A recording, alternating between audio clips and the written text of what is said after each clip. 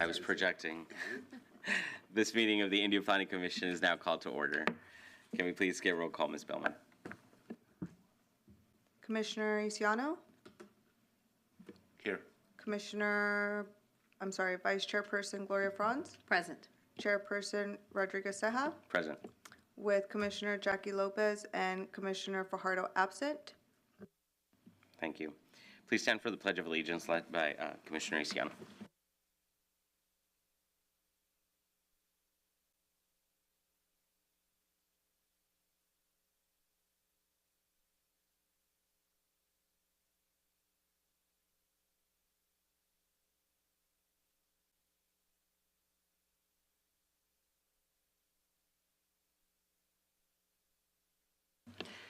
All right, this is the time in our agenda set aside for public comments that are not on items in the agenda. Do we have any requests to speak? There are none. Thank you. And we'll move on to study session 4.1, project consultation for the Greens Indio project. Could we please get staff report?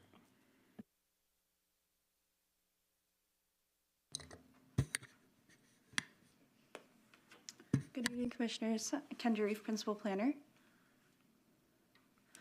Just a quick overview of the project. The project is the Greens Indio project located off of Avenue 42 and Jackson Street. The project applicant, Candu LLC. Project location northeast corner of Jackson Street and Avenue 42 on assessor parcel number 692670001. 692670014, 692670017. The current general plan for the proposed project is regional commercial and parks and open space, and the current zoning is also regional commercial and parks and open space. This is a proposed project location, and it does involve the parking lot that the City of Indio currently owns for the municipal golf course. The applicant is here to talk more about their project and answer any additional questions that you may have. Great, thank you.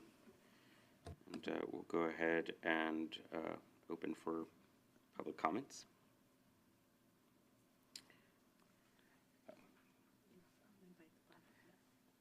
And we'll give the applicant give us his report.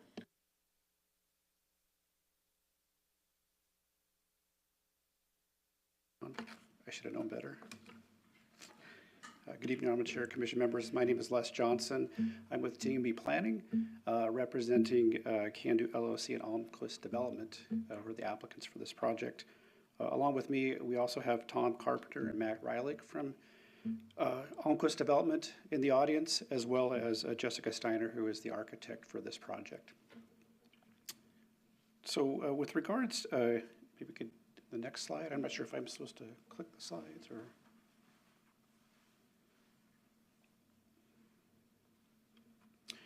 First of all, Almquist Development is a Southern California-based company that has a multitude of successful projects throughout the region. Their mission is to create places people love, elevating the character of the communities we serve. Some of the examples of their projects are Rodeo 39 in Stanton, the Groves in Whittier, and New Haven Marketplace in Ontario. These noted projects represent a commitment to quality of the development, emphasizing placemaking and providing very memorable experiences for those that visit those locations. With regards to the project area, up on the slide here, the site is approximately 6.3 acres in size, located northeast corner of Avenue 42 and Jackson, about a half mile north of Interstate 10, abutting the Arco gas station, AutoZone there to the southwest, and then along the northeast and eastern end of the property is the Lights at Indio Golf Course. Next slide. So the proposed development represents the addition of 3 drive-through restaurants and a sit-down restaurant. The sit-down restaurant being about 4,000 square feet in size and a very large outdoor seating area to the east, which we'll discuss a little bit further here. The property, as shown here, includes a land swap with the city. That's an integral part of the development, and we're working closely with staff at this time with regards to that land swap. We currently have 2 restaurants lined up, that being a Dutch Bros and a Chick-fil-A. And we're exploring options on the other two restaurants. Again, the sit-down restaurant, and then there's another quick-serve restaurant there along Jackson. And the Chick-fil-A would be along Avenue 42 to the eastern end of the property, with the Dutch Bros proposed to the west of that site, just behind the Arco AM/PM car wash. See, next slide, please. And it's another one of our site plans showing some of the landscaping proposed for the project. Building 2 is located with the intent to interface, integrate with the golf course, that being the sit-down restaurant there in the center portion of the site. And the restaurant will have a large outdoor patio area on that eastern side facing the driving range and golf course. Next slide, please. So some of the core objectives for the site, the development represented here is that Almquist is focused upon and intentional in bringing quality tenants to the site. The interest here is to meet consumer interests of the residents of North Indio, the Valley, and of course in proximity to I-10 as well. The relationship to and with the lights at Indio is really a key part of the project as well, as it is providing an opportunity to benefit both the golf course and restaurant that's proposed, a sit-down restaurant as well. There's also the provision to provide a dedicated golf course parking lot on city-owned land. So currently, the parking lot is actually on privately held land, but this project would provide, again, a dedicated parking lot on city-owned land for the golf course. We would complete street frontage improvements along Jackson, as well as median landscape improvements along Avenue 42. Next slide, please. This slide represents the proposed Chick-fil-A in the building elevations. It's a general representation of the architecture and finish detail that's proposed for this particular building. It's four-sided architecture with treatment focused on all four sides. There's also, I want to point out, shade structures identified along the southern and eastern portion of the building.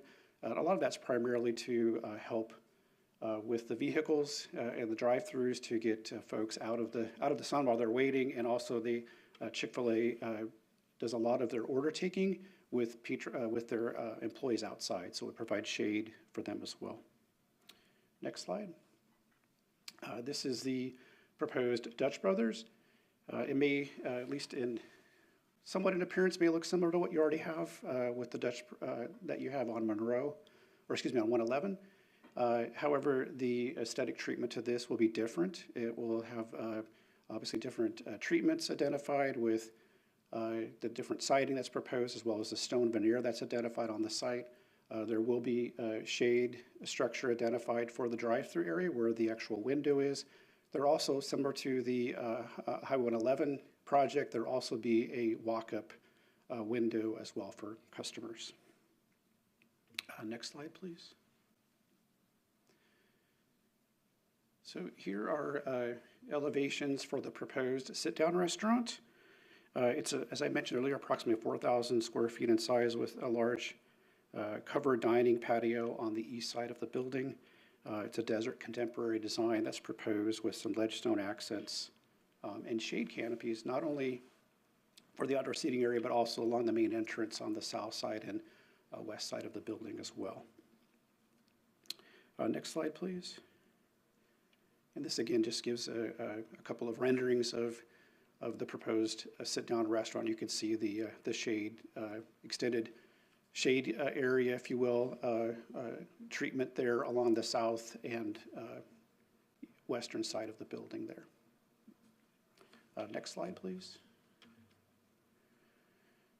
The slide here is representative of the outdoor dining area, the outdoor patio, so really intending to embrace the fact that most of the year, this is a great place to dine outdoors, so it would provide appropriate shade, fans, landscaping, et cetera. So it really provides that quality indoor-outdoor space experience. And again, with a true focus, again, to the east and trying to find a way to embrace the fact that it's adjacent to an existing golf course and possibly even integrating with the golf course going forward. Next slide, please. So there's, this is representing of the fourth building. So this would be the pad that was along Jackson. There is not a tenant identified for that site right now. These elevations and what's represented here is to be provided in a general concept of what would be proposed. Though there would not be an expectation to deviate much from this, but we would anticipate there would be some embellishment, some modifications in order to coincide with whoever that tenant ends up being going forward. Next slide, please. So one of the items when we talked with staff that was emphasized to us, and we hope we're representing it well here, is the need to really provide screening for the drive-thrus. We realize that there are 3 drive-through restaurants proposed.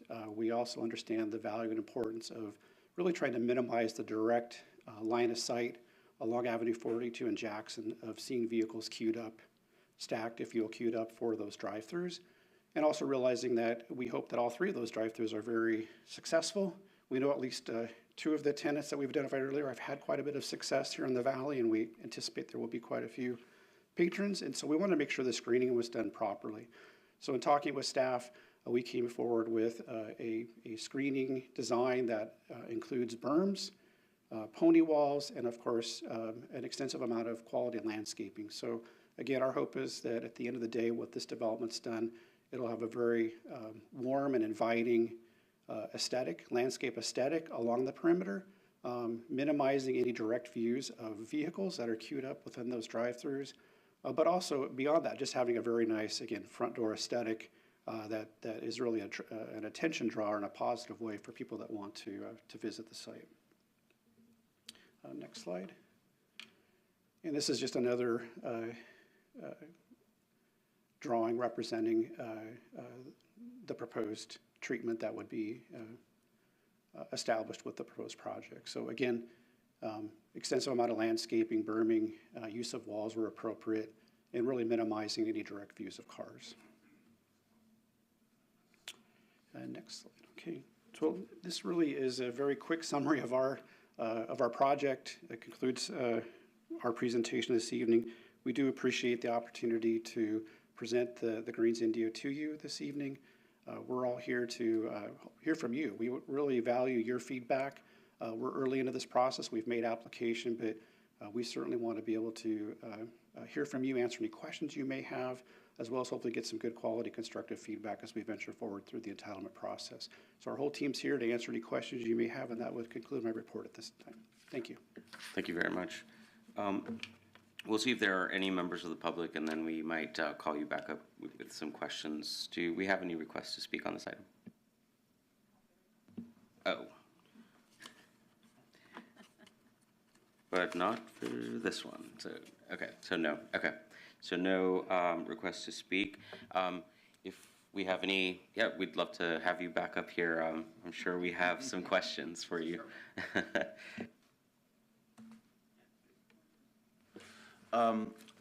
So out of the 4 buildings on site, 2 tenants already set, are you planning on building them all out at the same time, or is this going to be phased in, those first 2? Great question. Our commitment right now is to those first 2 tenants, which would be along Avenue 42. Mm-hmm. We'd also be committed to the parking improvements associated with the golf course and working with the city on that improvement, ensuring that the frontage improvements on Jackson as well as the landscaping on 42 would be addressed. Depending on, by the time we get the project entitled, if there's the ability to move forward with 1 or more of those other 2, we'll move forward with that. But at this point in time, we'd make sure there's basic circulation put in, all of the appropriate parking and landscaping is established. But there is the potential that the actual sit-down restaurant site and that 4th restaurant location may lag behind, but the majority of the improvements would be put in. Okay, and the 2 that you've identified, obviously you mentioned they've both had recent openings here in the Valley and one in Indio, and they've been very successful. Traffic around those 2 has been a major issue, especially with the Chick-fil-A. For some reason is super, super popular, and people will wait in line for hours for that. Yeah. And some of the neighboring shopping centers in this area, I think flow is a major issue with them. And I feel there's a lot of restaurants and businesses that are severely impacted by that. This looks like it has a little bit better flow, but do you have any sort of a plan for, these grand openings where it seems like for weeks or even months can kind of present a difficult situation, especially if they're both at the same time? Yeah, we do not have a definitive plan at this time. It's early in the process. We would certainly be working with, discussing that with Chick-fil-A to make sure that they obviously know how the Palm Desert store went for them. And certainly we'd want to make sure that, and are working with them, that they're minimizing that impact. The stacking for this alone, I think, is about 60 vehicles within the drive-through. So Okay. I'm not sure that compares to the Palm Desert store, but we're certainly anticipating a lot of stacking, so that hopefully that will help. But we all know that during that grand opening moment, certain restaurants, this being one of them, can draw a lot of people in, at least for that initial opening period. And we certainly want to make sure that the Chick-fil-A team is working closely with Yeah, the and city. Palm to Desert minimize. seems manageable at this point, but for a couple months, it was kind of Yeah. like a lot of people were talking about it. And it's great to have people talk about it, but Yeah. I don't want to impact, that's already a pretty congested area, especially in the mornings and the afternoons. And our hope is, to be honest, we hope it's a draw to other businesses in the area too, that maybe that people that have not been to the North Indio area very often, or haven't been up there much in the recent past, that by this coming in, it would draw another excuse for people to come to the North Indio area and experience. There's been so many new businesses added to to that area that maybe it just brings them back for other reasons than just the tenant we're identifying. And from what I saw, signage is all pretty kind of low profile signage, no monument signs or anything We're like thinking that. about a 100-foot pylon sign, if that's okay. Well, I mean, just being that it's close to the freeway, a lot of the ones a little bit closer sometimes are a bit bigger, but No, that has not, we've identified more of obviously low-level signage. We would certainly work with staff to make sure that it's appropriate in its presentation. We gave one visual here tonight with the building and what may be proposed on the building, as well as one of the monument signs. It would be very similar to that, very low profile. This is really not going to be something that's going to draw somebody with signage off of the freeway, if you will. It's going to be one of those matters where it's half mile off that main interstate, so people will find it. It's again one of those businesses too that they're going to find it. yeah. Okay, thank you. Those are my questions. Thank you. To add to the traffic-related concerns, the applicants will also be completing a traffic study to analyze operational traffic brought on by the two end users as well. Hello. I think this could be a very, very nice way to finish that little corner there that's kind of been unfinished for a very long period of time. So overall, I think it looks very good. We've been really pushing to encourage people to get somewhere other than their car, right? So we're assuming that you're going to be looking at pedestrian walkways, how to connect with the community, bike lanes, maybe even some EV encouragement. I don't know if that's possible there. And that our signature palm is our palm. So I'm hoping somewhere in the landscape there will be some palms added to maybe the entry points to just kind of keep with the Indio feel. I think that's a couple of things that I noticed. I didn't see any shade structures. I know it's kind of early for any of the parking areas, so I'm curious to see if that's anything you've looked at, or whether solar is anything that's also being considered. It hasn't been to date, but that doesn't mean it's something we couldn't look into. But at this point, with regards to the vehicles, shade structures for parked vehicles, we have not identified anything to date for that. Just again, as I mentioned with the drive-throughs, some shade there, as well as for the ordering at Chick-fil-A. But that's something we certainly can explore a little bit further. I mean, you know how valuable a large tree in the summer, any kind of shade is extremely valuable. So I think I would love to see, especially the trees, if they're going to be there, that they're trees that can do well and get big quickly. Really matters a lot when it's 110, 20 degrees outside. But overall, I think it looks very nice. It's a lot of parking, so I'm hoping that means that you're expecting a lot of people to come hang out, which hopefully that'll work with the areas. But those are my big concerns. I'm really glad you guys addressed immediately the stacking of the cars and the berms and keeping that from being really visible. from the main thoroughfares. But definitely looking forward to seeing more and see hopefully this becomes another great part of our city. Thank you. Thank you. So I think my questions are actually building on some things that Vice Chair France was touching on. I'm curious to learn more in your site plan, and I know it's very early for that, but how are you envisioning pedestrian circulation? I see it's programmed for the northern east side. You've already touched on, this sort of access to the golf course, and I'm curious how you're planning on continuing that circulation, particularly because the other sort of amenity is on the further side. So I'm just curious how you're envisioning that. I like all of the different measures that you're taking to address the car situation, but I'm just curious how you're envisioning the circulation of pedestrians. Well, I think in a couple of ways. First of all, our hope is, and we're still working on that with the city, we'd like to have that sit-down restaurant have hopefully a direct relationship with the golf course. So we think that's important for pedestrian and golf cart activity. We even identified a few locations where golf carts could park immediate adjacent to that sit-down restaurant. I think we've envisioned having pedestrian connectivity amongst all four proposed restaurants, as well as to the fronting streets. I know that pedestrian connectivity is important not only internally but also externally too. There are a lot of people that walk, despite the warm temperatures in the summer. It's a walkable environment in North Indio, and we want to make sure that that's embraced as well. That it's not just a vehicular dependent environment, but that there is the ability for pedestrian connectivity as well. And I think the idea of obviously bicycles, EV, or I would say that it seems like nowadays it's more of the electric scooters and bikes that are more of an issue even than electric cars right now. But we certainly want to make sure that there's opportunity for people to bicycle there or use another mode of transportation besides a car. Great.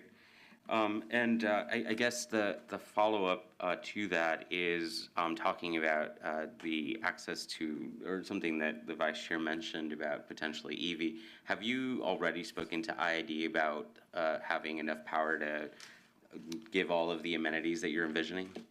Yes. Short answer. I love that. Okay, great. And then I think the other question that I had is the parking. Are you at the bare minimum of what is required? Are you thinking it's a little bit above that? And is there room for diminishing some of that, amount of parking to allow for more pedestrian-friendly design? I believe we're slightly above the minimum requirements of the city code. I mean, there is the ability possibly to lose a few spaces.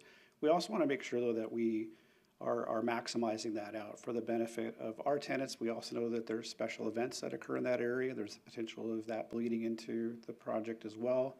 So we want to be a good neighbor to that as well. So we'll certainly look at that. If we can lose a stall or two for the benefit of pedestrian circulation, we'll consider that. But we also want to make sure that we're maximizing the parking potential for the site for the benefit, first and foremost, selfishly, of those four future businesses, but also understanding that there's more going on with the golf course right next door, and we want to make sure we're a good neighbor to that as well. Fair enough. And I think I just want to echo some of the sentiments that were expressed earlier about really thinking about the landscape plan, how we can maximize shade, and also thinking about shade structures that could also provide some of that energy consumption that we're going to have. And so really thinking about shade structures in the parking area, if we're really going to be prioritizing that, considering adding shade structures, solar panels, and things of that nature, I think would be a really good fit and a good way of enhancing this particular project. So. Thank you very much. We'll take that into consideration. Thank you. Anything else? No? All right. Well, thank you very much. Thank you. All right. We'll move on to item 5.1, a resolution recommending to the City Council conditional approval. Do we have a staff report? We do. Thank you. Hey, good evening, Planning Commission. For the record, Kevin Snyder, Director of Community Development. There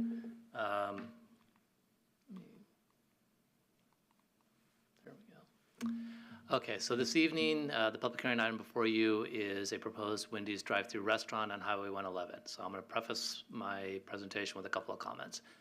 First of all, this is the probably the first commercial project you're going to be reviewing under the Highway 11 corridor specific plan. And so take that into account.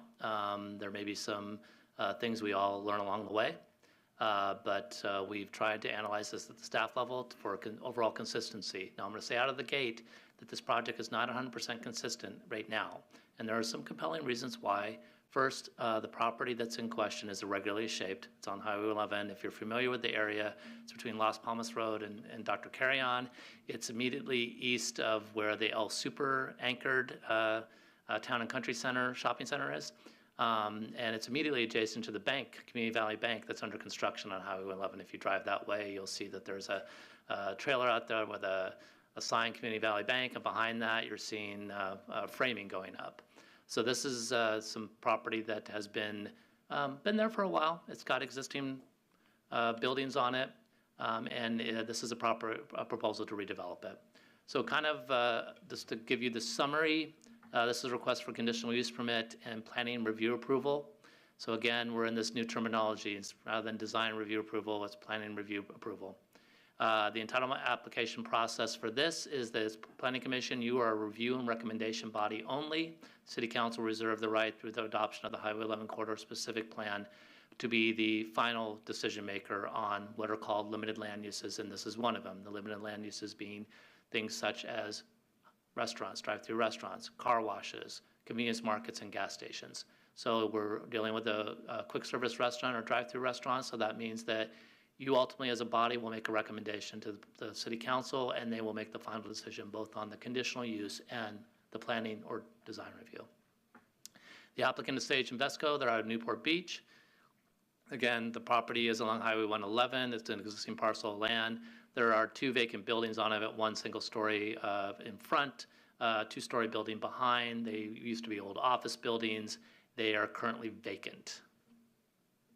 The zoning is the Highway 11 corridor specific plan, as you well know, since you were heavily involved in this adoption. That was adopted by the City Council on September 21, 2022, and the general plan designation is mixed use neighborhood, and that was adopted by the City Council September 18th, 2019. Oops. Button here. Okay, so as I mentioned, the property, if just to refamiliarize yourself, if you see where it says site in yellow, so this is the property that we are looking at this evening, again, along Highway 111 in the area I just described. It's got kind of kitty corner to the AutoZone, O'Reilly Auto Parts across the street.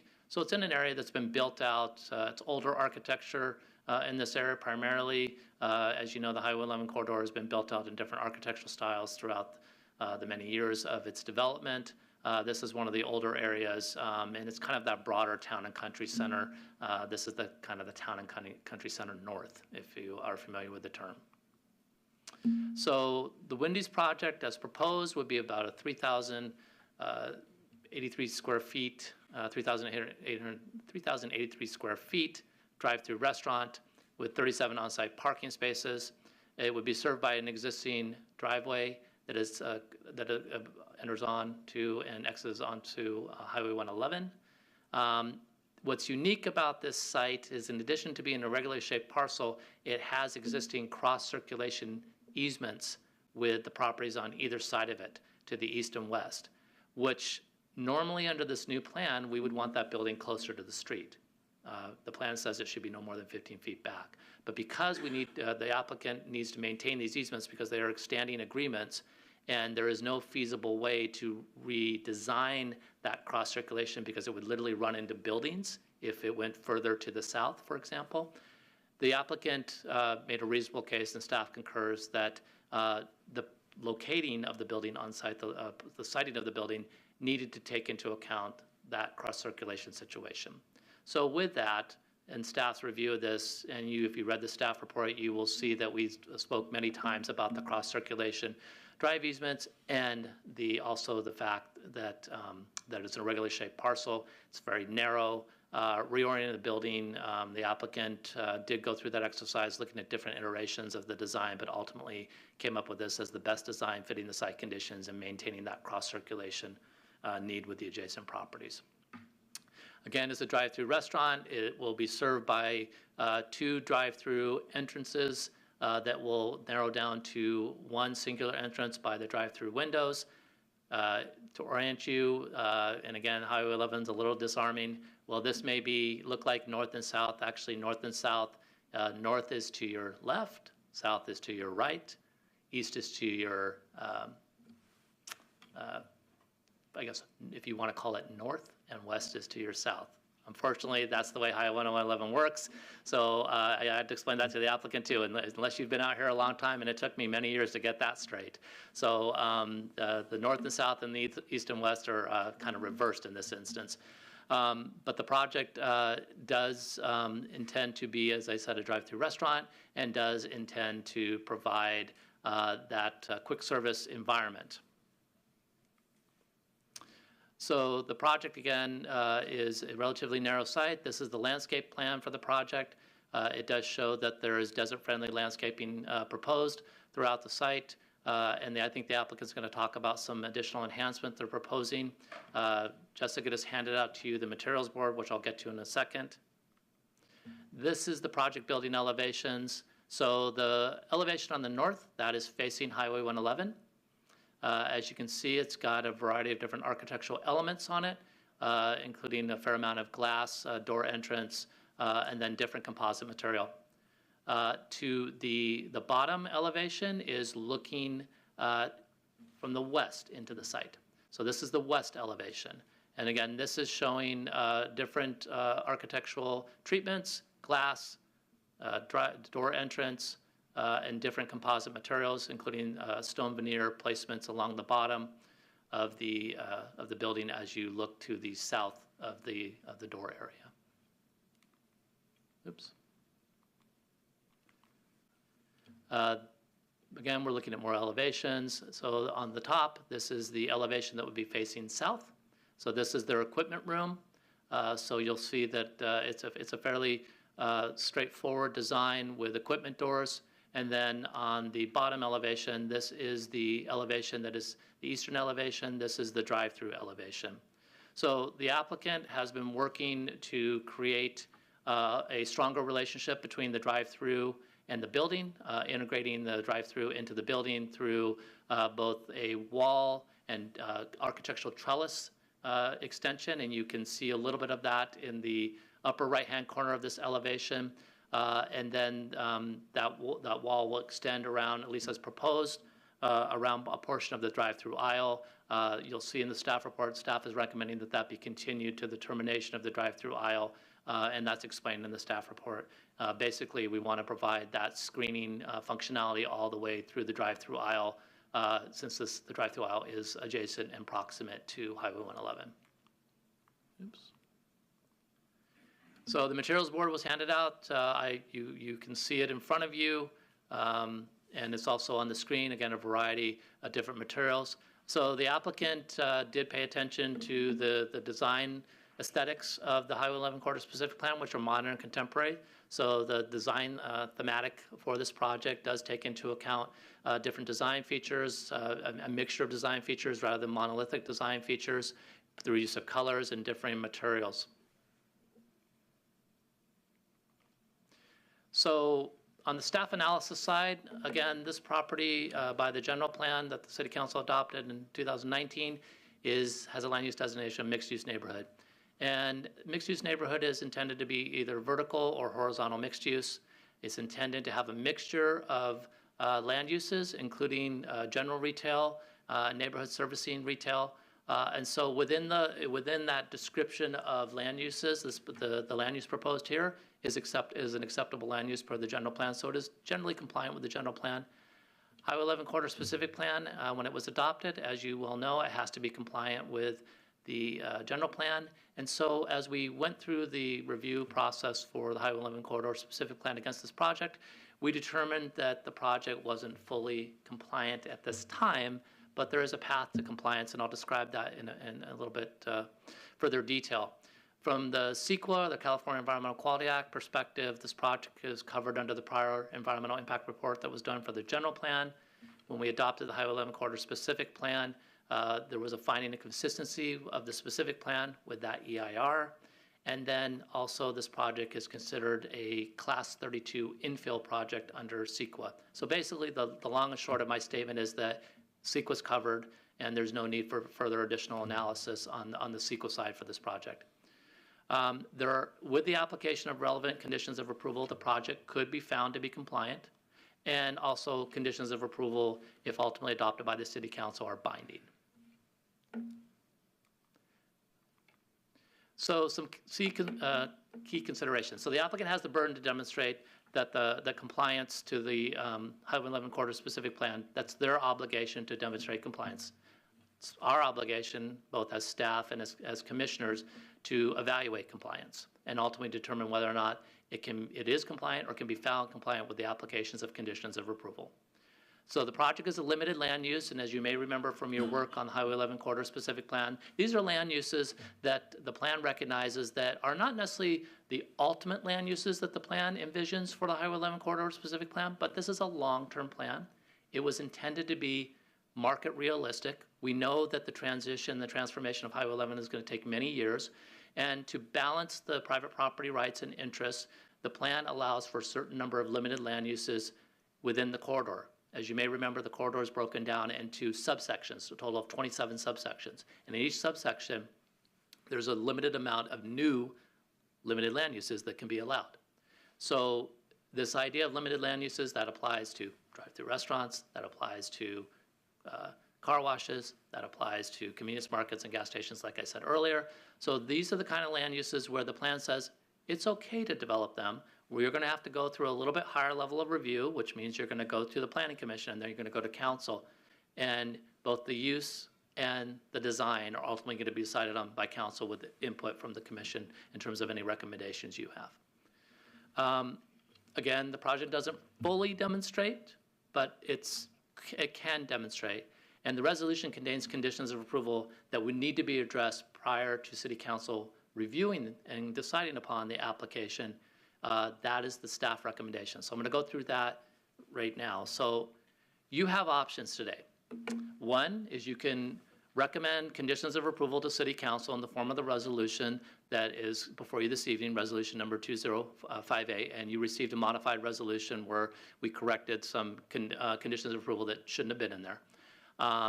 That's the staff recommendation. What this does is it basically means that you as a Planning Commission find that by and large, the project does comply.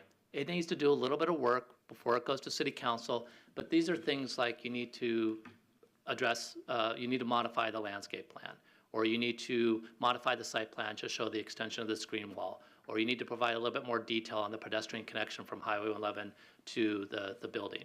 So these are things that if the Commission wanted to, you could make the determination that you feel that they are within a reasonable realm of you making a determination that the project is generally compliant and will be compliant by the time it gets to Council with the modifications, and then this will give Council a generally compliant project to review. That's an option. You could recommend denial to the City Council. That is also your option. Finally, you could continue on motion action to another public hearing date on a date and time certain, and ask the applicant and staff to provide more information. So those are the options that you have in front of you. And really the goal of sharing these options with you, the staff is recommending that you approve resolution number 2058, send it on to City Council. The applicant will work with staff to modify the plans as needed to address the outstanding issues of compliance, which again, they're not so significant that they can't be addressed, which is why staff put the proposal in front of you in terms of how we worded the recommendation. If they were significant enough, then we would not have done that, but we felt that they were manageable enough and reasonable enough that they could be addressed before City Council, and so that's why it's been proposed to you this way. But you have other options in front of you. So, okay, this button is really testy. So the staff recommendation, I'm not going to read all of this, but basically we're recommending that you approve the modified resolution number 2058. And with that, I'm happy to answer any questions. The applicant is in attendance both in person and virtually, and I'm sure you'll want to hear from them during the public hearing portion of that. But if I can answer any questions, I'm happy to do so before you go into the public hearing. Thank you, Kevin. Do we have any questions? Quick question. So we already discussed this a year plus ago. Was it in the same parcel, or was it a similar? Yeah, so you did a project consultation for It this was just, project. so this is, And it's the same site. it's almost the same, but I can see there's been a few modifications, mainly maybe that piece on the side of the drive-through to kind of shield Yeah, vehicles. so when you guys, after you did the project consultation, we went back and we shared, at that time, the Highway 11 corridor specific plan Was wasn't not adopted. done. It was. So it was not, and so they worked kind of iteratively to work in tandem to try to get the project as close as they could to meeting the design expectations of the plan. Now, there are some compromises that had to be made. I mentioned the irregularity of the parcel and the cross-circulation, but they did pay attention to the plan, and they did work with staff and consult with staff to try to bring the project as far along as they could to meet the design expectations. But yeah, you saw a very early version of it before it had been fully designed out. Another quick question, maybe not necessarily having to do with this in particular, but I noticed a lot of land behind this parcel and other parcels that says City of Indio. Will all of these things coming up in the future have connectivity to something being able to be put back there in the future? Seems like if something was built back there, it wouldn't be visible. Or what, are there any ideas on what would happen there in the future? Right. Because that's a large parcel. It is, and so the plan does envision connectivity. So this project, the plan envisions, in this particular area, the sub-area, it does not mandate connectivity. It only encourages, the plan only encourages. So we could not put a condition of approval in legally that said you had to connect, because in this subsection 14, since it's so heavily built out, the plan determined that this was not an area where we could mandate or should mandate building and connections. But to the south of you, there are several large parcels, and those are in different subsections, and those subsections would require those connections. So based on the plan, what we did apply, we could apply, but in this instance, this particular subsection 14, did not specify those connections, only encourage them. Thank you. And actually, Kevin, I had a question about the parking requirements for this. Where are we at with, like, are they at capacity? So that's a great question, Chair. So this project actually qualifies for an exemption of the parking requirements. If the parking requirements of the plan were applied, they would have been able to they would have had to do a minimum of 10 parking spaces and a maximum of 20 parking spaces. But because they're replacing a larger building with more parking spaces, the cumulative size of the two buildings was about 11,000 square feet. This building is about 3,000. There were double the parking spaces before, and they're doing 37 parking spaces with this plan. In the specific plan, it does exempt projects that are replacing buildings that do not increase the intensity. It exempts them from the parking requirements of the specific plan. And the point there is that if they're reducing the impact, then the idea is that they shouldn't have to go through the full process of trying to meet the expectations of the plan. And that was a reasonable accommodation that we developed in the plan to try to balance the needs of the plan with the realities that the property is going to be redeveloped, and it may be difficult to meet expectations of the plan in certain instances. So they did qualify for that exemption. That was staff's analysis and recommendation. Fantastic, thank you. Okay, I will now open the public hearing. If we could have the applicant make their presentation.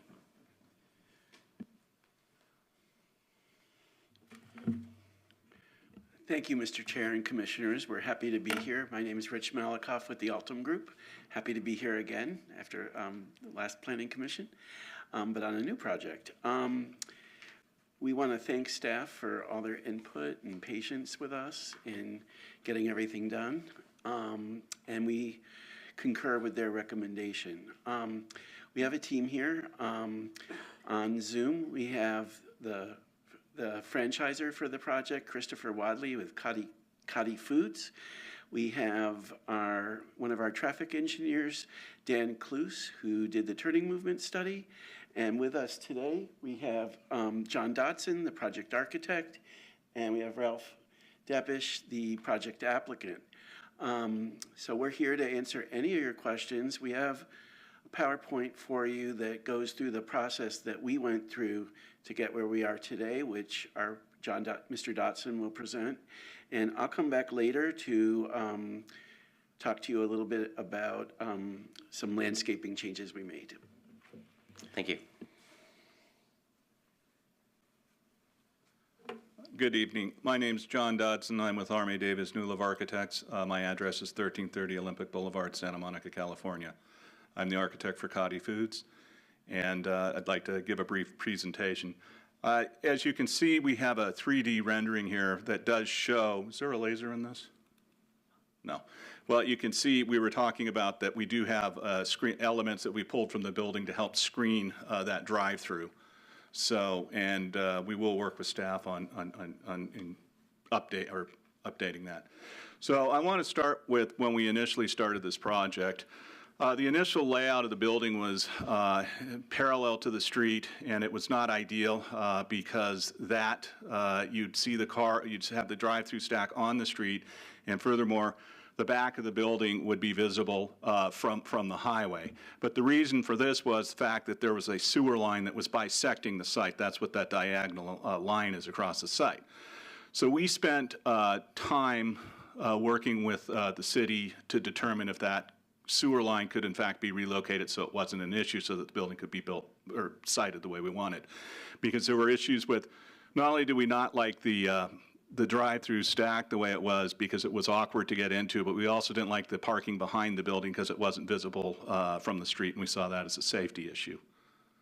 So after we worked for a while with the city and came up with this plan, which was running the building perpendicular to the main highway so that the back of the building faces the back of the site, and then the front dining room faces the main drag so that as cars come in, you can see it.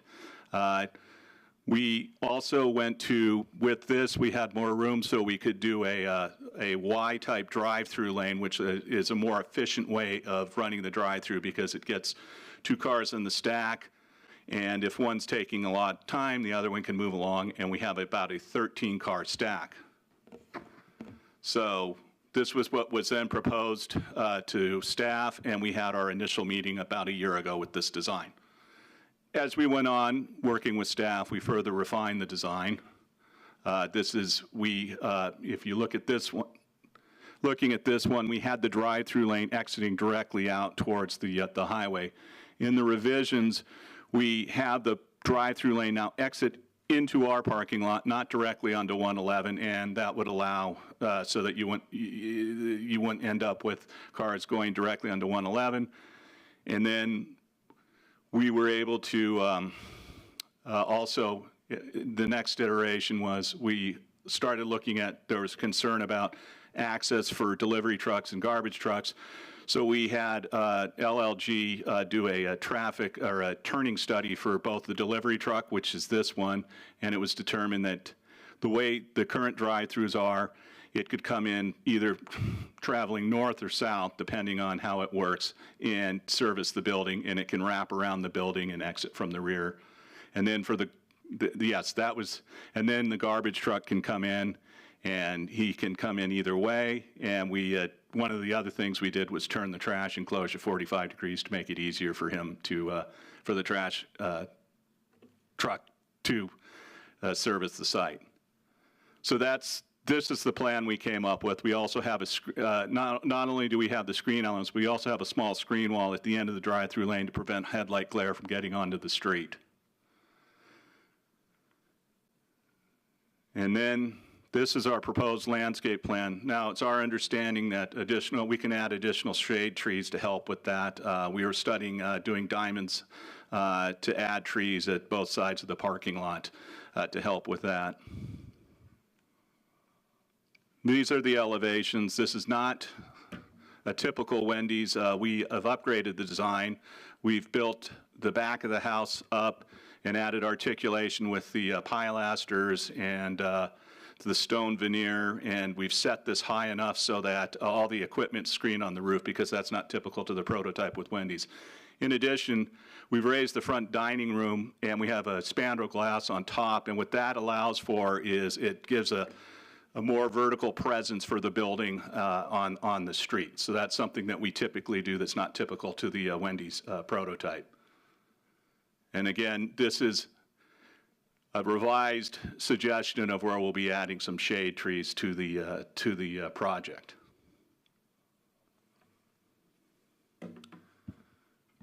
And with that, if there's any questions, also available is the traffic consultant. He's on Zoom, and also Christopher Wadley with Cody Foods. Great, thank you. And we do have some members of the public who wish to comment on this item. Can we have Rich Malikoff? Oh, okay. And Ralph Debs. Thank you.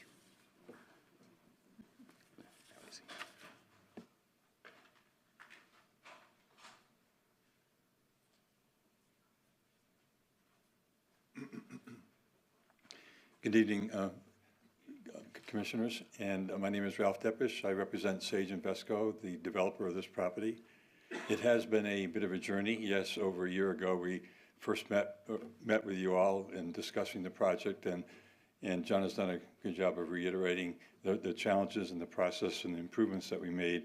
And then as the specific plan came into play, to be more accommodating, and Kevin and his staff and team guided us through that with a lot of care, since this is kind of the first project that's going in under that new specific plan. I just want to underscore and reiterate that with our tenant Wendy's and the cooperation we have with the city, I think this project represents a pretty nice bar to start the process of developing in the Highway 111 corridor, a multi-million-dollar investment, generating improvement in property tax revenue. Is a store that probably, I don't know numbers for sure, but typically a Wendy's can do $2.5 million in sales tax revenue, and a typical Wendy's probably hires between 40 and 45 people as for employment. So there's a lot going on here that can benefit the community and can also set the bar and hopefully jumpstart some more development in this particular area of the corridor. And so I just want to again be thankful for everyone's and the effort and the commitment we've all made on this journey to get to this point in time. And hopefully you support the staff's recommendation to go forward with the project before the City Council. Thank you. Thank you. And it seems like the comments are also part of the team. Do we have any members of the public that wish to comment online? No. Okay, great. So if the applicant can come back up, and we'll give the opportunity for the commission to ask questions.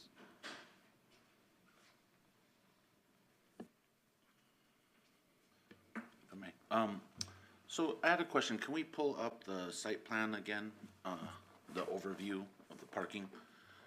So I like the change how instead of going straight out on the Highway 111, you kind of brought it back around to the front side for the drive-through exit. However, do you anticipate those cars exiting will continue straight to the next lot over to exit from that exit, or do you think is the plan for them to basically make a U-turn, a right U-turn, to get to this driveway here that's located on the? They can go either way. Yeah. Yeah, and we, as I noted, we had a LLG, Linscott Long Greenspan, study the circulation on this, and they saw no issues with the internal circulation. Okay, I just didn't know if that drive over there was, it looks like it's on a different parcel. Well, they are on different parcels, but there's as was noted, we've got a cross access here, because what we could have done is we would have pushed the building all the way up to the front to the street if we'd had that option, because that would have given us more visibility, so. Okay. But yeah, it's almost like a second road that's up parallel to 111. Okay. Yes, sir. All right, thank you. Thank you. I think one of my questions is, we have a few fast food restaurants and drive-throughs in the city of Indio. So has your team been responsible for any of the other ones that are out in our community, or is this your first venture into Indio? And I don't think there's another Wendy's in Indio, if I'm not mistaken. There's not another Wendy's in Indio. That's why we're trying to get the Wendy's in Indio. Hopefully more than one. Okay. Have you done any other fast food restaurants within the city or within the Coachella Valley? Yes, we've worked on Dutch Bros. I've worked on remodels of Wendy's in Palm Desert currently, in Rancho Mirage. And I go back, I remodeled a Burger King here almost 30 years ago in Palm Springs, so. So the Dutch Bro, the one in La Quinta? Yes, the one in La Quinta. The new one, okay. Yeah. Well, they're all new. Yeah, they're all New. they're all new. And Commissioner, if I could quickly interrupt, Yeah. Sage Invesco was actually the applicant for the Dutch Bros in Indio and along Highway 111. So Right. you actually reviewed that project 2+ years ago. Yeah, And so they were the applicant for that as well. that was that one. And that one had similar issues with the Highway 111 and the neighbors and all of that. I remember that, okay.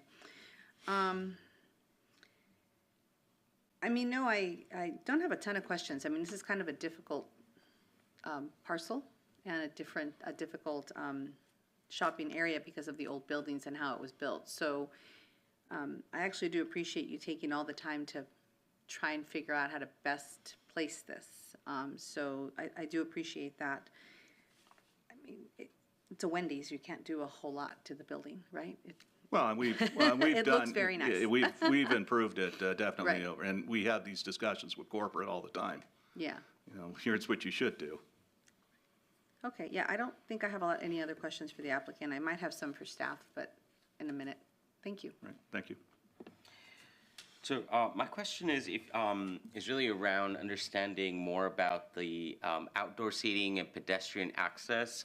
As you know, the site or the highway corridor plan really wants to promote connectivity and allow for pedestrian Correct. access. And so I'm curious if you could. I'll address that. Thank you. We prefer not to have a patio because of the issues with homeless people, and it's just an issue with the fast food restaurants, so that's why we don't have them. With respect to the pedestrian access, it's our intent to work with staff, if it's approved tonight, to really improve that main entry, because we went through and reviewed the staff report, and what we'll do is highlight.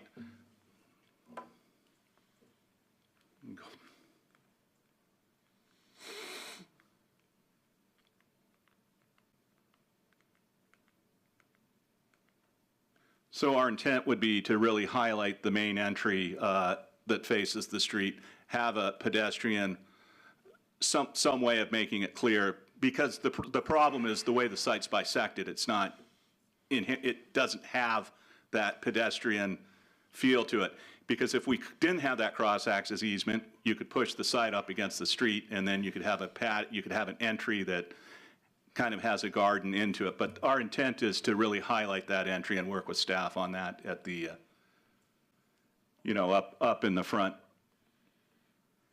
So what right now, it's just kind of almost the second entry we'll make that a main entry, and then we'll work on having a colored concrete, stamped concrete across the drive aisle and whatnot, and just highlight it. And we'll have the palm trees. Fair enough. I think, would there be some willingness to reconsider just the outdoor seating, and I'll share why. I was sharing with staff that, I went to Indio High School, which is right across where the Dutch Brothers is, and it was actually a really hot spot going out to the Burger King or the Carl's Jr. for youth. And there's lots of youth that are walking that section of the corridor, and so I'm curious if there is a possibility to revisit that.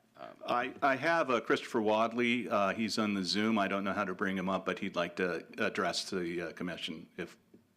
Perfect, thank you. How does that work? Hey everyone, can you hear me?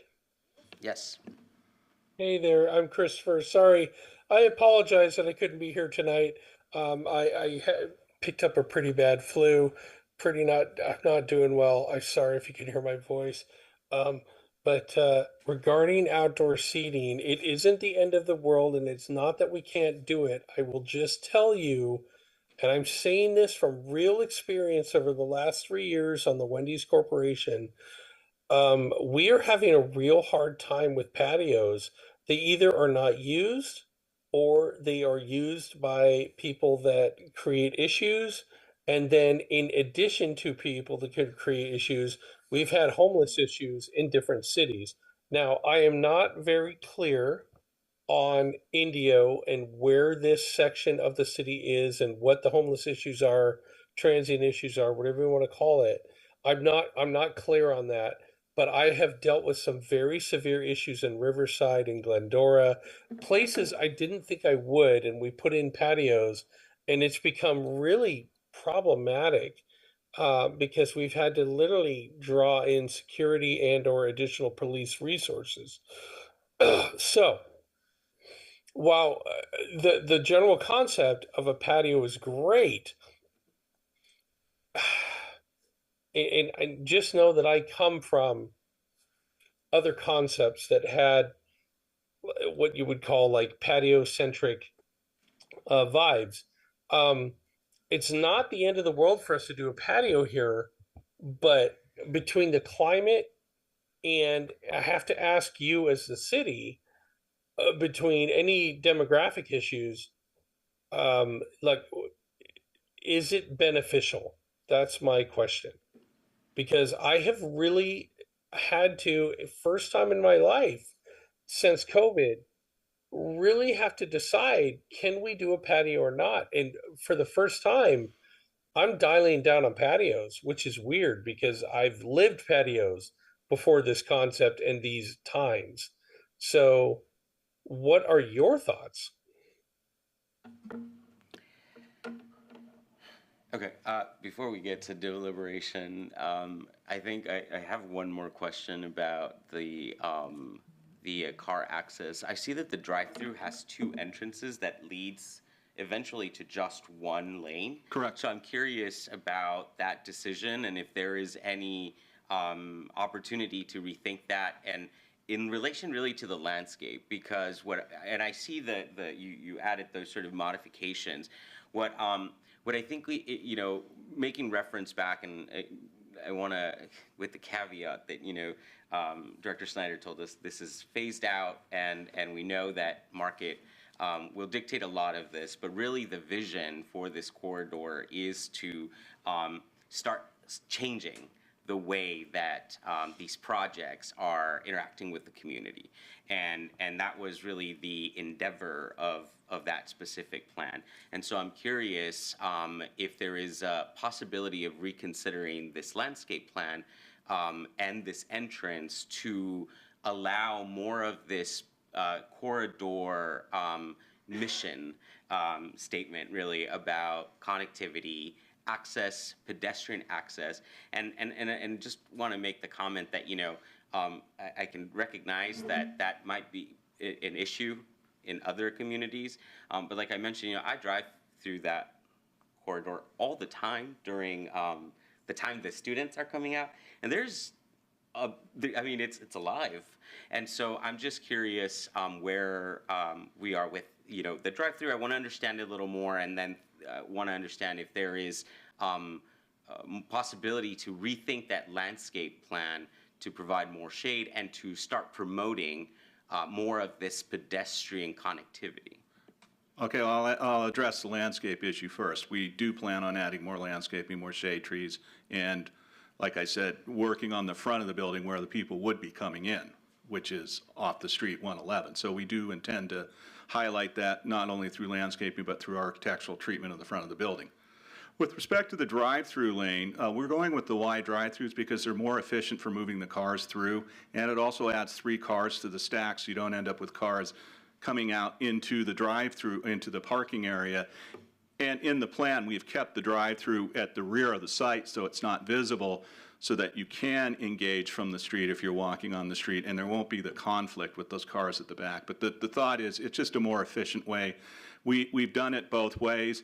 We were hesitant at first. We did it in Hesperia for the first time, and it really worked. The cars seem to move, or at least maybe you think you move faster, but it does allow, if one car, as I noted, is taking a long time, at least the other cars can move through, so you just don't end up with this bunched up in the drive-through lane. So with respect to the landscaping, yes, we intend to do more landscaping, more shade trees, and then highlight if I may add, sorry, John.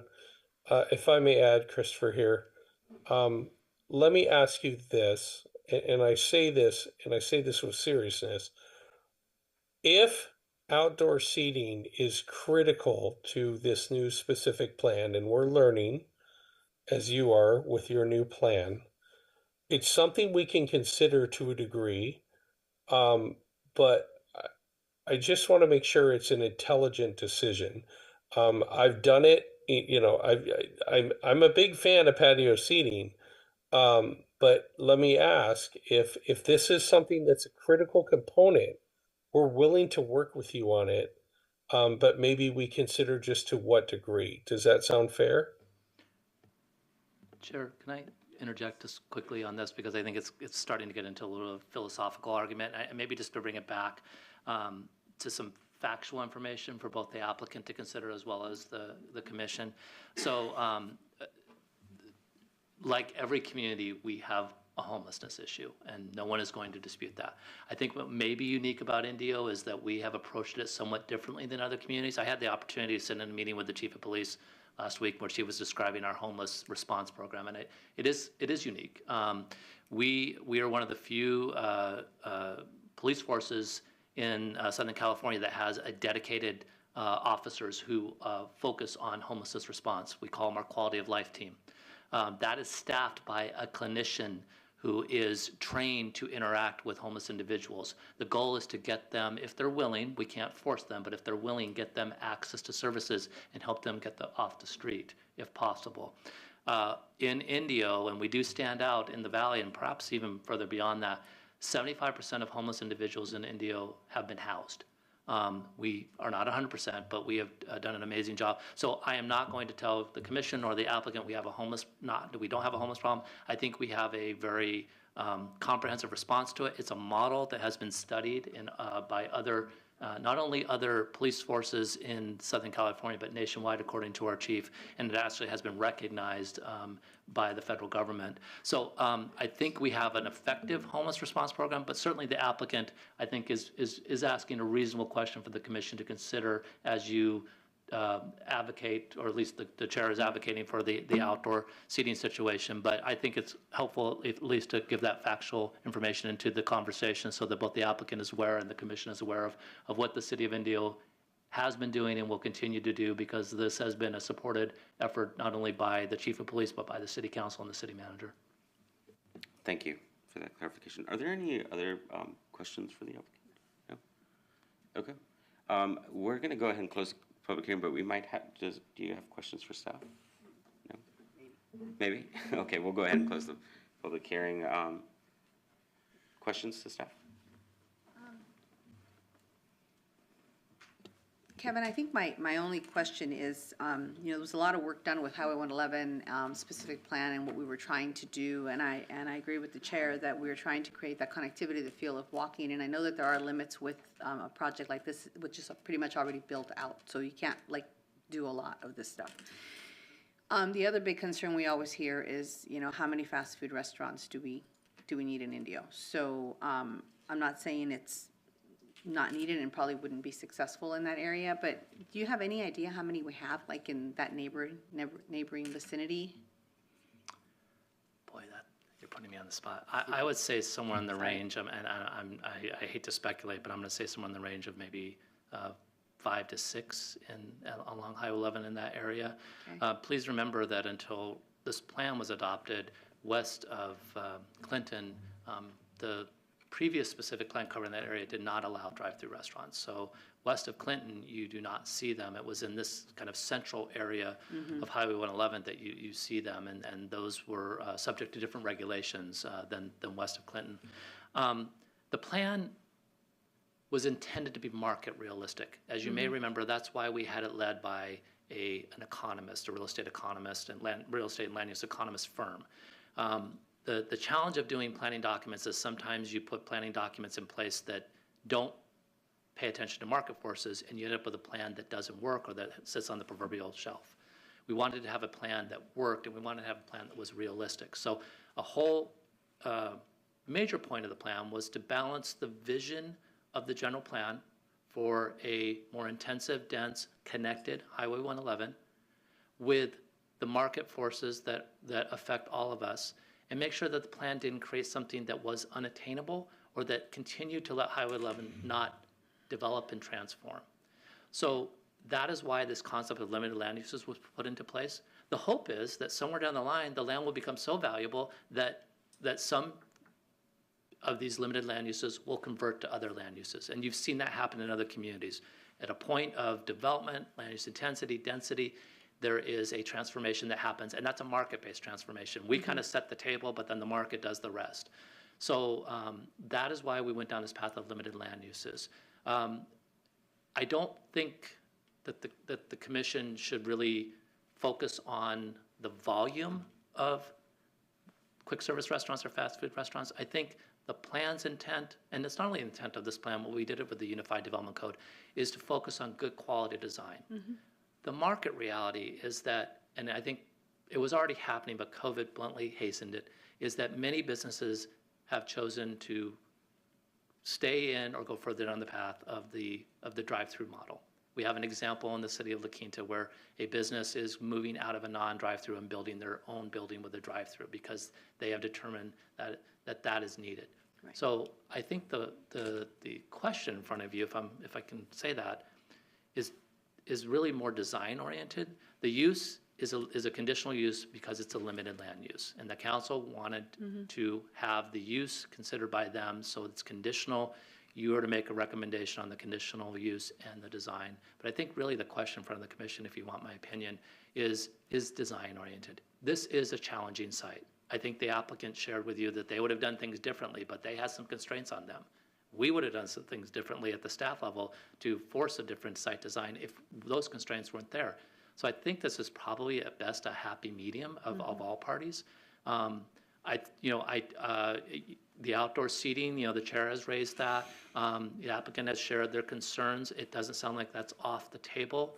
I think that there is an opportunity maybe to continue to explore that if the commission felt that was something that they wanted to recommend to council with an emphasis, that to really emphasize that if there's an opportunity to have outdoor seating and the applicant finds a design that works for them, that meets their operational needs, that we should do that.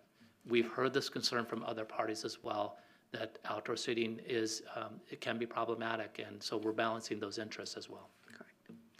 Okay, yeah, I mean, I think this is definitely a challenging site, and definitely with our new plan in place as well, it makes it difficult. I do think that they've done, a good job with the restrictions that were in place, but really don't have any other questions at this point. That was my biggest concern. I am, thankful that the staff is going to continue to work on the landscaping. That's very important. But I don't have any other questions. Thanks. By my count, there's 9 drive-throughs between Monroe and Dr. Carrion on 111, including the coffee places, if you want to consider those drive-throughs. They are. And I don't think any of them have outdoor seating. I don't think outdoor seating is really that big of a concern, or lack of outdoor seating a concern from me, myself personally. But, I understand that this is basically not the use, but the design that we're, in discussion of. So Kevin, I guess just to understand, because this isn't, in your report, you're saying it is not completely compliant, and I completely understand the offset. So I guess just understand, if possible in layman's terms, what are those things that currently are in development that need to be addressed that are not before us right now as the project stands and how it was presented? Understanding what are those things, and then what are the things that are kind of there and to the best effort. I think to me, to better understand where we are and what we need to be considering really is, you gave us those 3 potential options, right? And what I'm concerned about right now is that if we go in the route that the recommendation, we as the commission are not getting to see the full picture of the decisions that are really being made for the project, and that, the land use designation really is not really fully being met. So I guess if you could just elaborate a little bit more on that so that we have a better sense of what next steps to take. No, that's a great point, Chair. So first of all, I wouldn't bring this to you if I didn't think it was fully baked. I think that it's in the oven and it's cooking well, and the things that I had identified that they should work on prior to going to City Council review and approval are not significant enough that it couldn't go to Council. That's my opinion. You don't have to share that opinion. But I mentioned some of them earlier, just to reiterate, the issues, landscaping was already brought up. So, refining the landscape plan to show the additional landscaping.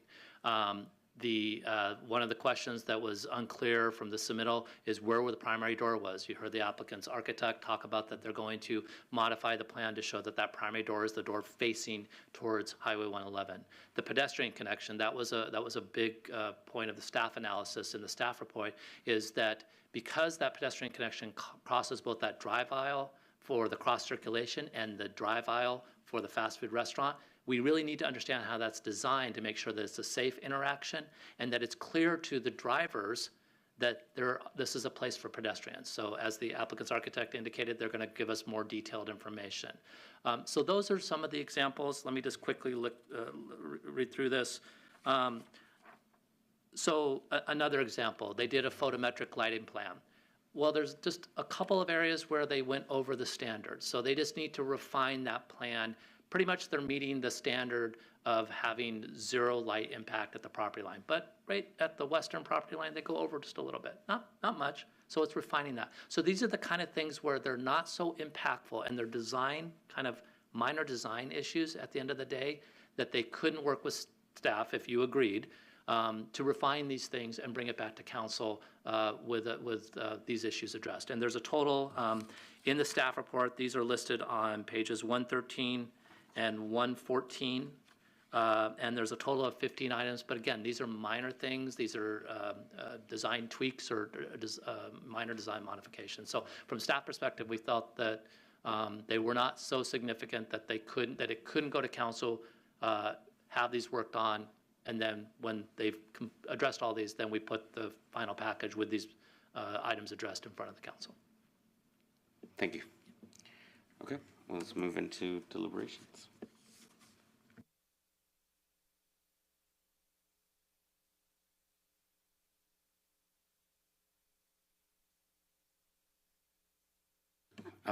Okay, well, I guess for my comments, to me, I think I understand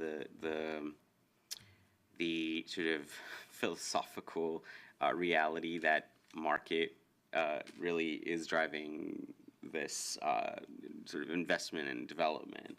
But I think the corridor-specific plan really is trying to shift culture, and where I think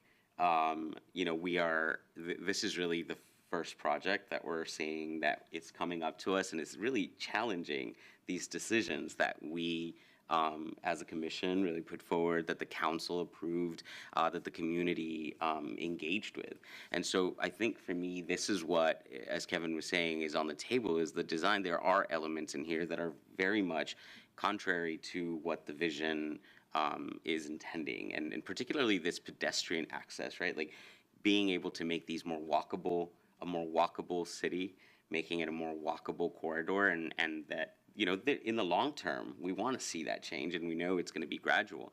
But I guess for me, it's just, if this is a precedent that is set, if next time another project comes in and says, yeah, we hope for the future, but not quite yet, that then we're going to continue more of the same. And, I agree the issue here is not whether the drive-through, but there was mention of it that this is very similar to the projects that already exist there, that we are trying to shift that sort of culture within that region. And so that to me is what I think, needs to be considered. And frankly, what I think can be done is seeing a more complete version of this so that we have a better sense of the reality of what we're going to be recommending to council. So those are my thoughts, but Vice Chair. Okay, so now I have something to say. Thank you. I can totally agree with what you're saying. I think the problem we're going to have is that with a site like Town and Country that has been in place for a very, very long time, and there's all the easements rules and the accesses and all the things, that's not anything that's going to change tomorrow. So unless a huge developer were to come in and buy out the entire Town and Country and then start over with the easements, the accesses, all of that, anybody who wants to build anywhere near that section is probably going to have similar problems, because the odds are those easements were put in place way back when it originally was done. So I would have preferred that we didn't have, that the access point could have been easier for pedestrians. I absolutely do. I think that's going to be a thing. I think they need to be real careful how they market, that there's enough signage, that there's enough information, so hopefully, nobody gets hurt trying to walk there, because we do want people to walk and access. I think that the way they laid it out was very well done for, I guess, what they had to work with restrictions that they can't do anything about. The easement is not negotiable, right, with anyone. So it's not perfect. It's not exactly what we want, but I think that overall, it's a different restaurant than we don't have anywhere else in Indio. It is very popular. I think that it would provide a service that our community needs. I do think there is walkability to it, but it's going to have to be very carefully marked and designed. But that's going to happen to anything that they put into that development, because it's already kind of built out, and you have to work around what's already there. So do I think it's perfect? No. Is it exactly what we were hoping to get with the Highway 111 specific plan? No. But I also think that with the way the plan was designed, the council's taken a lot of that away from us. And I think that what we are looking at is design, and whether it kind of fits in our community, and whether it'll work, and if they're doing the best they can, I think, with what we have to work with. So it's kind of where I'm feeling, and I think as long as staff feels comfortable, I'm going to trust staff to work with the applicant to do the best they can with the pedestrian access, with the connectivity between the other businesses, with the landscape. We are all big at, shade and landscape and structure and accessibility. So I hear you completely. And do I wish we had something else to work with? Probably, yeah. But at the same time, I don't think that it's enough to not consider approval. Also, the outdoor seating, as much as I do love outdoor seating, but fast food isn't somewhere you're usually going to go and linger and hang out and have an extra soda and talk to people too much. Usually you grab your food, you go home, or you go in and eat. It's a quick run through. So I don't think that the outdoor patio is a deal breaker for this particular restaurant. I do love outdoors, but you have to be selective. I don't think they work everywhere. And I do hear everybody's concerns with that. So those are kind of my thoughts.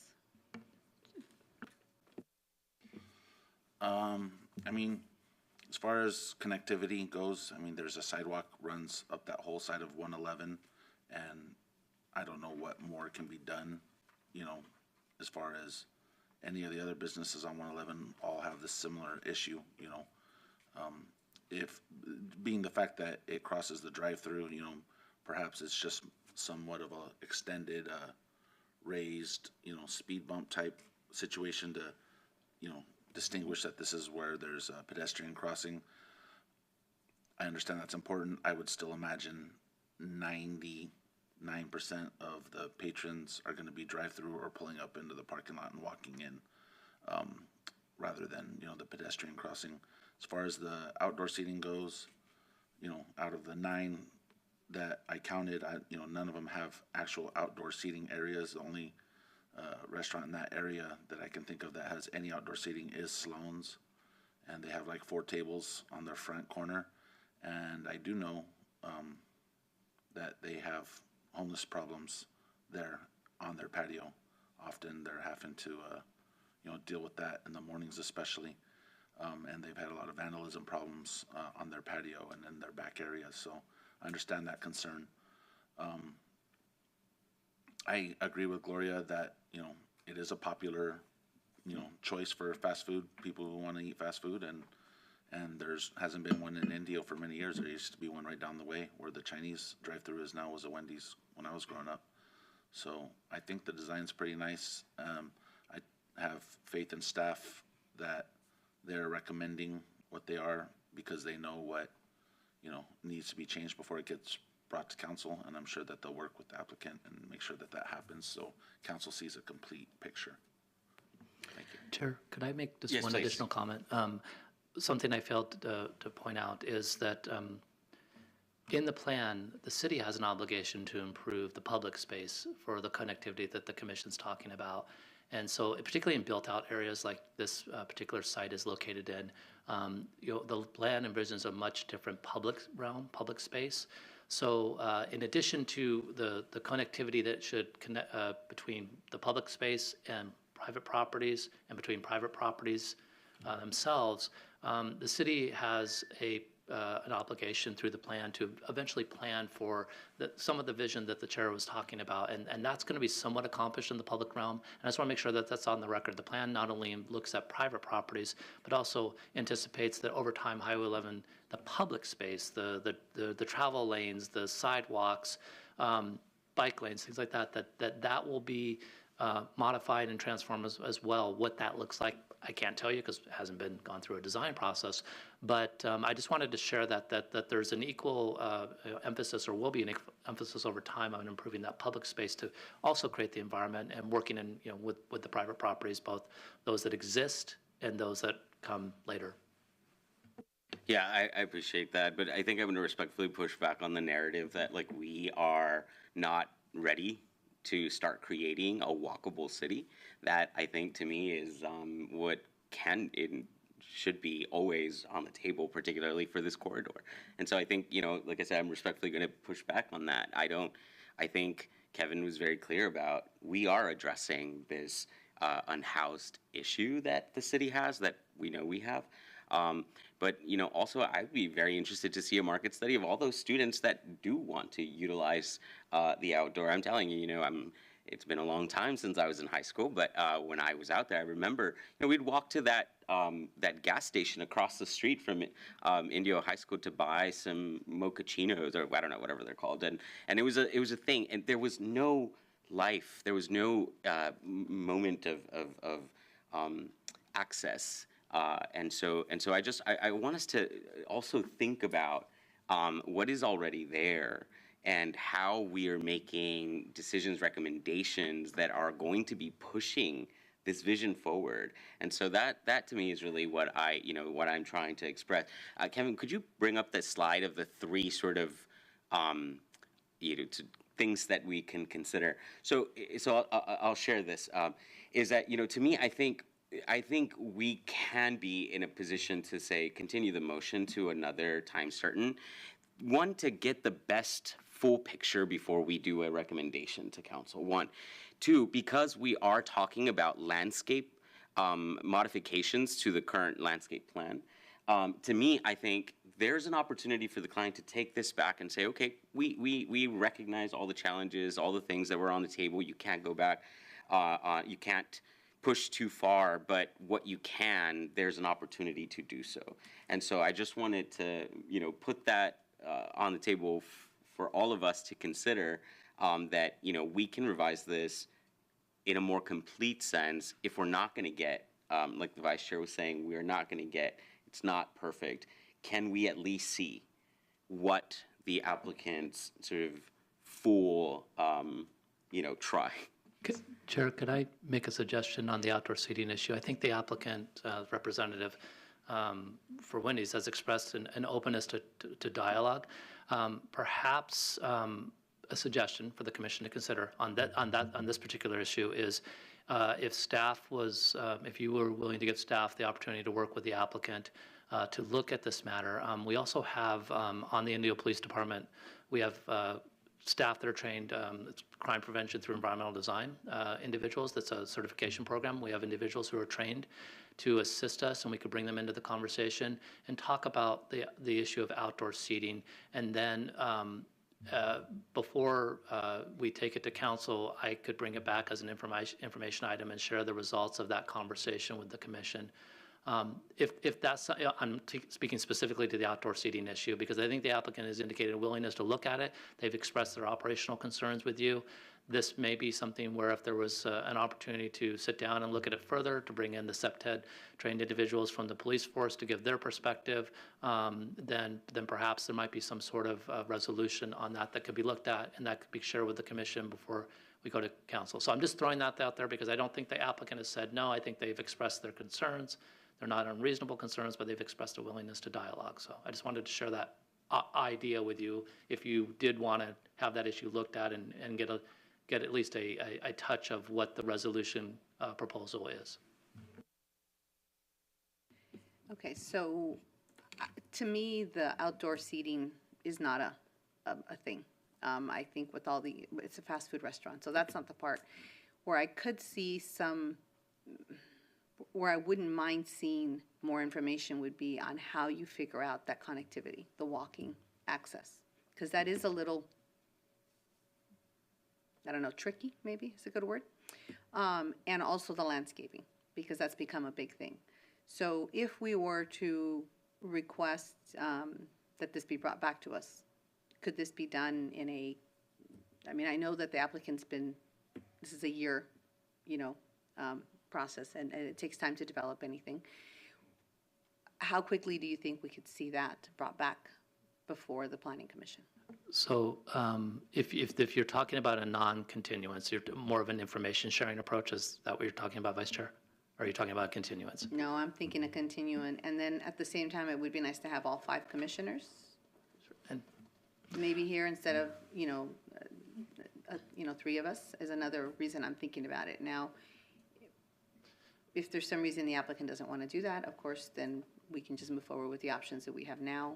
And of course, putting on my fellow commissioners, but what would that look like? I don't know what our calendar looks like. so in terms of your calendar, you have meetings scheduled in May, on May 10th and May 24th. So if the commission is considering that, I would ask for a few-minute recess to talk with the applicant to see what they can reasonably do in the time frame, and try to identify a date that they could reasonably bring back the information that you're looking for to help inform your decision before any decision you're making, this or any other.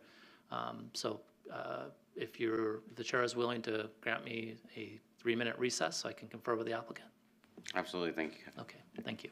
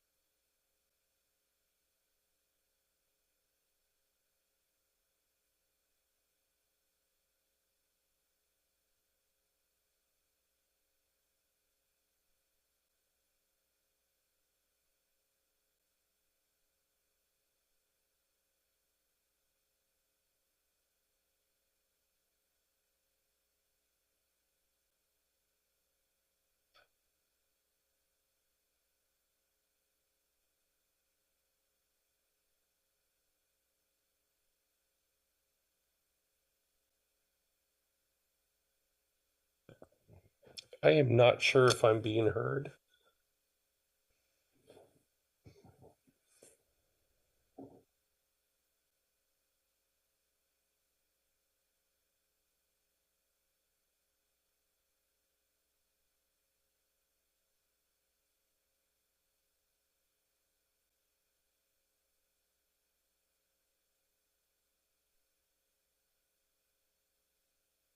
So Chair, we're ready when the commission is ready.